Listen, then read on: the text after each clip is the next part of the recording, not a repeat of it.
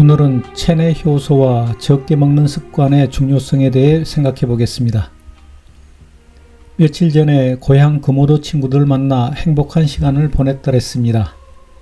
소꿉놀이 친구들은 이해관계로 만난 사회 친구들과 달리 격식이나 예의 따위를 신경 쓰지 않아서 좋습니다.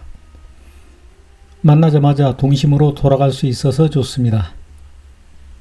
특별히 나를 기쁘게 하는 것은 설탕과 인공 조미료가 듬뿍 들어간 식당 음식을 먹지 않는다는 것입니다. 나의 고향 친구들은 만날 때마다 친구들 중 한 명의 집에서 친구들이 함께 요리한 음식을 먹곤 하고 차나 커피도 집에서 우리들이 준비하여 마십니다.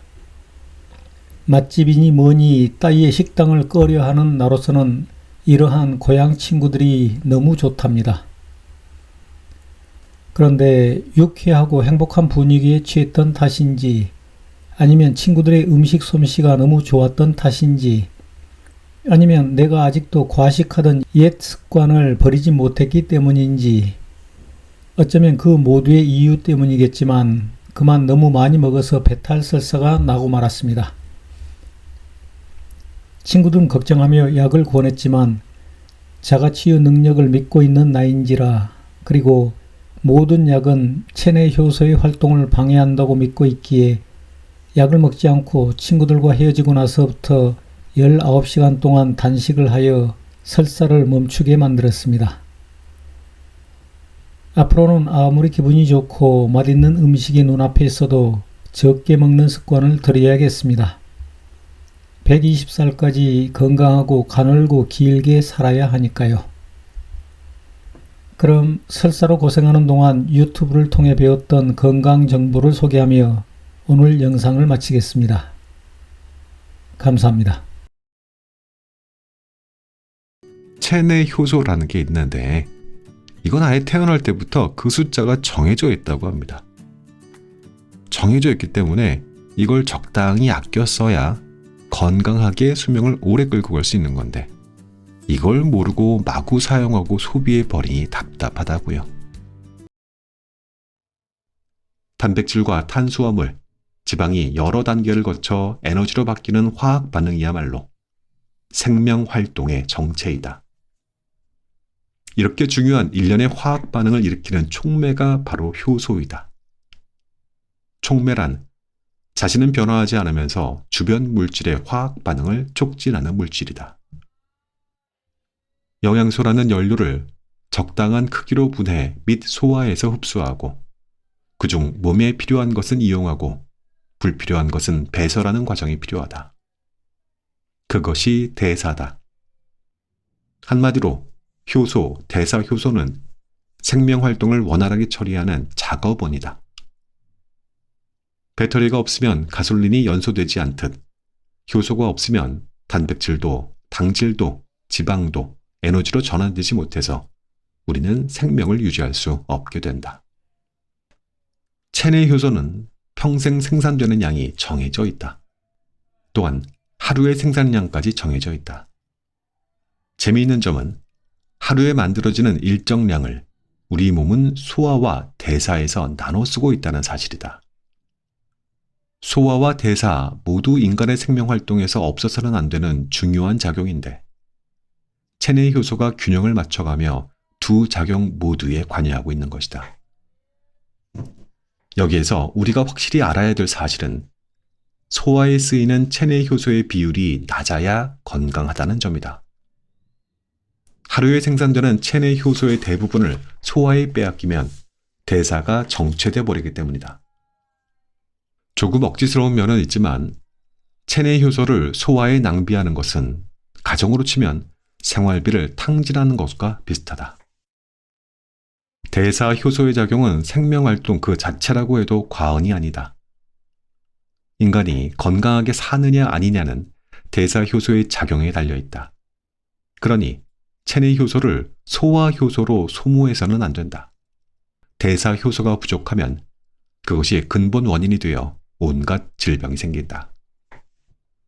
지금 우리 주변에는 인스턴트, 레토르트 같은 가공식품, 백설탕이 들어간 식품, 당지수가 높은 식품, 첨가물 범벅인 식품, 고단백 식품, 농약이 묻어있는 식품, 트랜스 지방산 같은 나쁜 기름을 쓴 식품, 가열 처리된 무효소 식품 등이 수도 없이 많다. 이 식품들은 자연의 먹거리 시스템에는 존재하지 않았던 것들로 우리 몸이 이 물질들을 분해하고 소화하려면 방대한 양의 소화효소를 소비해야 한다. 소화효소가 부족해지면 소화효소를 분비하는 췌장 등의 기관은 온몸의 조직이나 세포에 비축해 있던 효소를 동원해 소화효소로 변환해 준비하려고 애를 쓴다. 약을 계속 쓰면 면역력의 기반이 무너진다. 한마디로 약 범벅의 치료는 무서운 짓이다. 인간이 본래 지닌 스스로 낫고자 하는 자연 치유력이나 면역력을 빼앗아 버리기 때문이다. 항생제를 투여하면 장내 세균 중 유익균을 사멸시키기 때문에 장 내부는 부패균 천지가 된다. 장이 부패하면 면역력이 떨어져 온갖 질병에 걸린다. 화학약제. 이들은 인간이 경험한 적 없는 물질로 효소 저해와 성질이 유사하다. 화학약제는 효소가 작용하는 기질과 유사하기 때문에 효소에 달라붙어서 효소 본래의 작용을 저해한다. 그래서 약을 장기간 지속적으로 복용하면 질병으로 늘어난 장내 유해균이나 바이러스가 더욱 번식해서 다른 질병으로까지 유발하고 만다. 긴급 상황에서는 어쩔 수 없지만 질병은 자신의 면역력으로 치유하는 것이 자연스럽다. 동물은 몸에 이상이 생기면 아무것도 먹지 않고 가만히 지낸다. 단식을 하면 소화효소의 소비가 억제되니 상처나 질병을 치유하는 대사효소의 양이 늘어난다는 사실을 본능적으로 알고 있기 때문이다. 체내 효소는 나이를 먹을수록 감소한다. 생산량뿐만 아니라 그 힘과 활성도도 차츰 저하된다.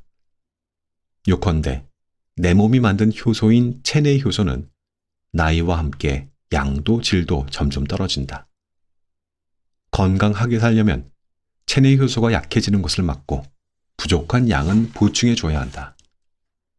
식이효소가 필요한 이유가 바로 여기에 있다. 식이효소란 나름식에 들어있는 효소로 소화력이 있다. 하지만 식이효소도 체내 효소처럼 열에 약하다. 48도에서 2시간, 50도에서는 20분을 버틸 뿐이며 53도에서는 활동성을 잃는다. 즉, 본래의 효력을 잃어버린다. 그렇기 때문에 먹거리를 날로 섭취하는 일이 매우 중요하다. 야생 동물들은 병으로는 죽지 않는다. 수명이 다해서 죽든가 먹이 사슬에 의해서 먹혀 죽는다. 야생 동물이 병에 걸리지 않는 이유가 중요한데 바로 효소가 많은 나름식을 먹고 과식을 하지 않기 때문이다. 음식을 가열하면 효소가 죽기 때문이다. 그리고 하나 더, 효소만큼이나 건강을 견인하는 데 중요한 요소가 식이섬유다. 채소와 과일, 해조류에 다량 함유된 식이섬유는 배설을 원활하게 하는 등 장의 작용에 빠뜨릴 수 없는 영양소다. 그러니 식이섬유도 충분히 섭취하자. 현미나 배아미, 잡곡, 채소, 과일, 콩류, 감자류, 해조류, 버섯류 등의 식품을 식탁에 올리자. 하루에 필요한 섭취 칼로리는 1250에서 1650kcal 정도면 충분하다. 이를 우리가 평소 먹는 양으로 환산하면 배를 6부 정도로 채우는 일이다. 인간에게는 하루 2끼만 먹는 식습관이 살이에 맞다고 본다. 과식이 원인인 질병은 공복으로 치료한다. 환자를 먹이면 병을 키우는 꼴이 된다. 반면 식사를 주지 않으면 병이 빨리 낫는다. 과식이 원인인 질병은 공복으로 치료한다. 환자를 먹이면 병을 키우는 꼴이 된다. 반면 식사를 주지 않으면 병이 빨리 낫는다.